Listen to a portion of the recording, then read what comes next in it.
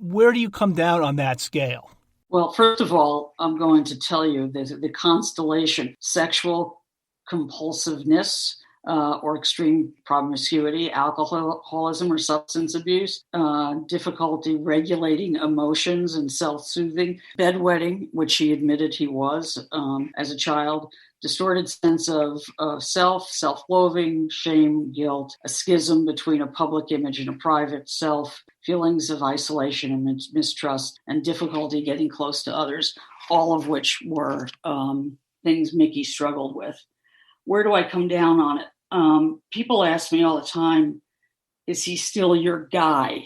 Growing up in New York in the 50s, you had to have a guy, and either, you would say, oh, I'm a Willie guy, or I'm a Mickey guy, or Mickey's my guy, depending which formulation.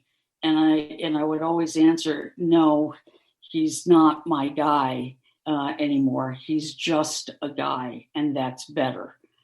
Over the course of the 3 days I spent with him in 1983, April 83, as a reporter for the Washington Post, I saw almost all of those behaviors, including when he passed out dead drunk in my lap at 2 a.m. Right. in a bar. And when he was, before he passed out, let's put it this way, I think he said his thick slugger's hand was making its way north to the promised land. And thank God he didn't get there. Right. He fell, he fell onto the floor, and I was like, oh my God, now what do I do? It was just, no, he didn't fall onto the floor. I was thought about whether I wanted to push him onto the floor, and I decided, no, I couldn't do that to the Mick. But a cocktail waitress came. I was pinned by him, pinned by grade A American hero.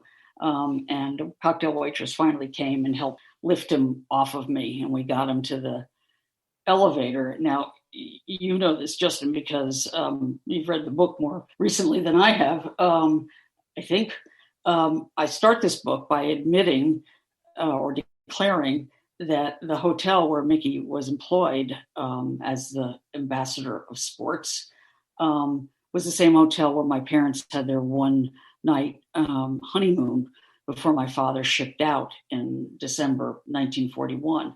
So this place had, significance to me.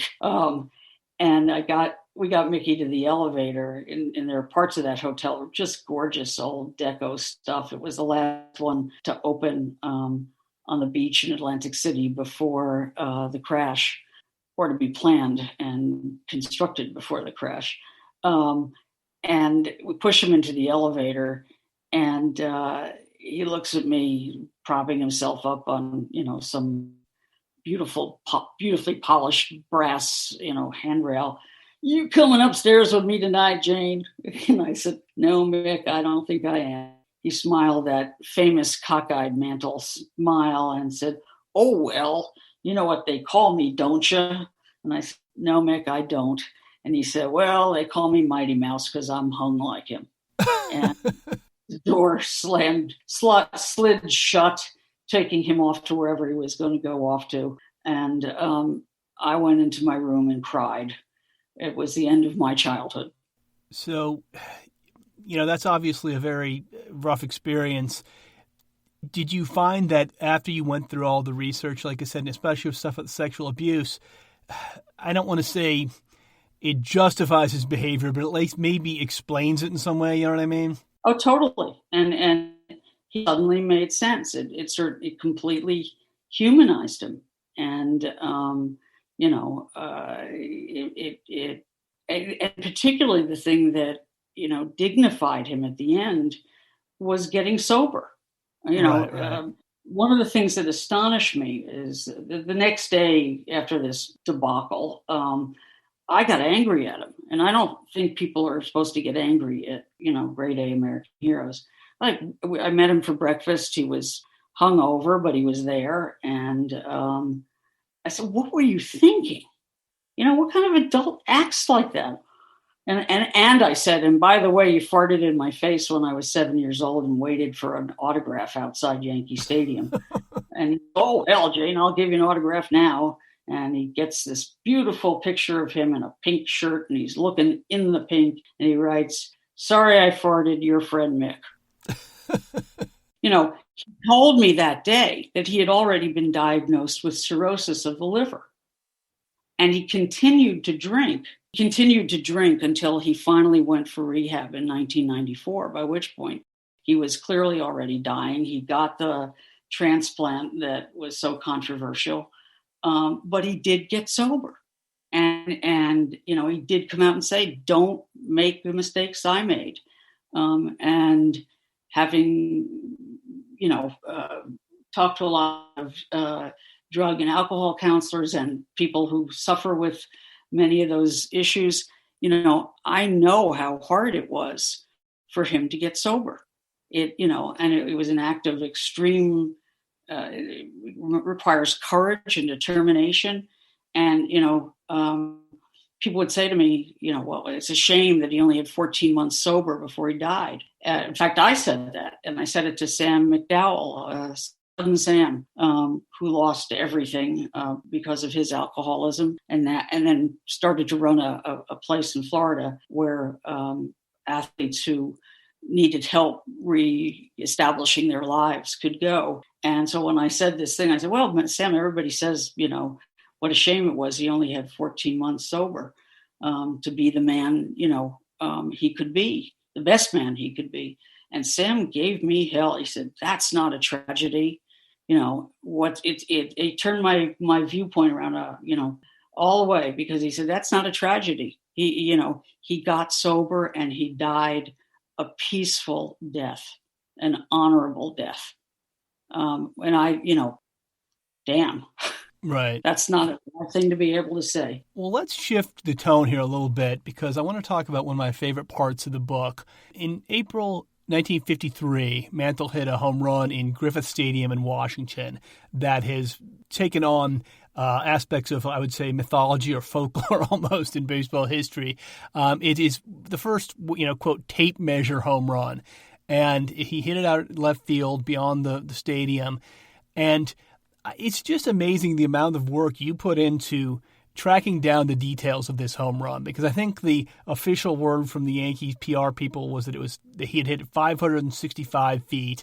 But you went and you actually spent time tracking down the kid who found the ball, who by the time you talked to him was a 70-year-old man. And reading it in the book, it's clear that this was a long process to find this person. And then you also went to Alan Nathan, the physicist, to try to figure out exactly how far this ball was. I wonder if you could just talk a little bit about that process of tracking down Donald Dunaway, and also why it was so important to you to try to get the details right on this one home run.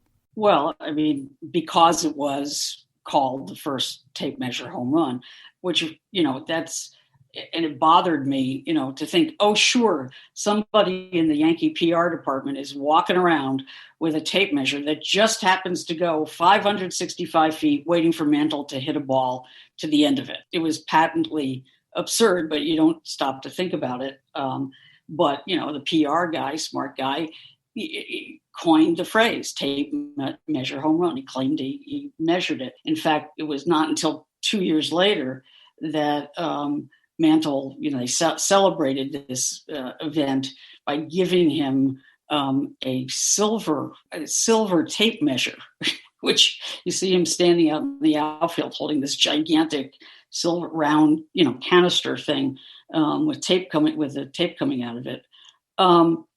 So, those things are they're just like a challenge. I thought, okay, how far did that ball really go? Once I kind of was convinced that the 565 was made up, then it was a challenge. Where did it really go? And it took me, it's either 2 or 3 years to find Donald Dunaway. And when I finally found his sister, who was working for a church, not far from where I live, and I said, "Hi, I'm Jane, and I'm trying to find your brother." And she said, "Well, he's right here." This is after pounding the pavement, knocking on doors in the old neighborhood that surrounded Griffith Stadium, on both on the block where the ball landed and or the house that faced the away from the ballpark. I knocked on every door repeatedly. I went in and looking for anybody who had still had contact with the family. I even got a friend of mine who's an FBI agent, or was an FBI agent. I don't know if he had quit by then or whether he's still employed. Any which way, he's the guy who tracked down the bomber, the CIA Islamicist, that terror bomb back in, was it 92 or 93? I can't remember. So if Brad couldn't find him, I figured nobody could find him. Brad couldn't find him, come hell or high water. And I just wouldn't give up. And I kept calling, everywhere. And finally, like I said, found his sister. Donald was living, I believe, not more than 2 miles, maybe a mile from where the old ballpark was, having been torn down and replaced by Howard University Hospital. And I said, can you take me around and show me where the ball went? He was elderly. He was ill. He had terrible diabetes. I promised him that I would take him as my escort to the book party for the book, but he died before that could happen. But I did go and take him for a meal at Ben's Chili Bowl. He had a difficult life. Worked in laundries, hotel laundries in Washington. And, when the ball was hit, he was sitting out in left field, and he saw the trajectory of it. It was hit off Chuck Stobbs and just past the Natty Bow sign. And Donald went out the stadium and he knew the streets like all those kids did. And he found it in the backyard of a house, which the address of which is I'm remembering Donald's address, which is around the corner, but not the actual name of the address of the house where he found it. And he brought it back to the ballpark. He didn't know who he talked to, but he brought it back, and some PR person or whatever recognized that this was important and traded it for a ball signed by, I think, everybody in the clubhouse. And he gave up this, probably would have been, I don't know, one of the biggest pieces of memorabilia to sell. The only two people have held their worth in the memorabilia industry, and that's Babe and Mantle. So he traded it back. He got some candy. He bought candy for everybody in the neighborhood. And he, bragged about it. But he was able to show me, more to the point, exactly where it landed.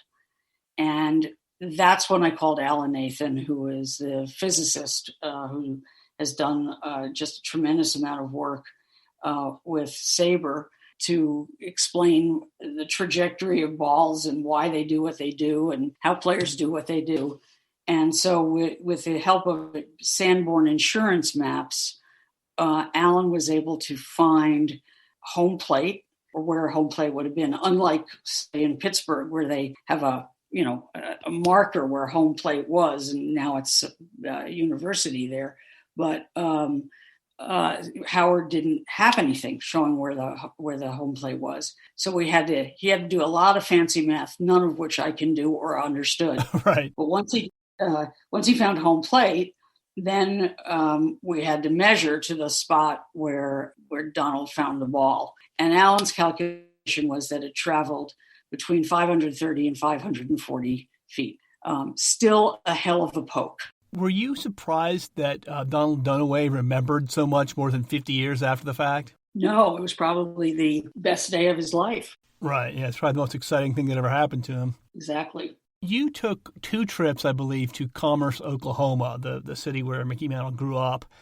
What were you able to find in Commerce that helped you understand Mantle? The thing that was most important, yes, I interviewed people who his fathers had played with him. I interviewed, some distant relatives. I got contacts, all that kind of stuff. I saw the house that he grew up in and the, tilted shed that Mutt threw balls. It served as a backstop when his father Mutt pitched to him every afternoon, and saw the the field where he first played and all that stuff. But that was not nearly as important to me as the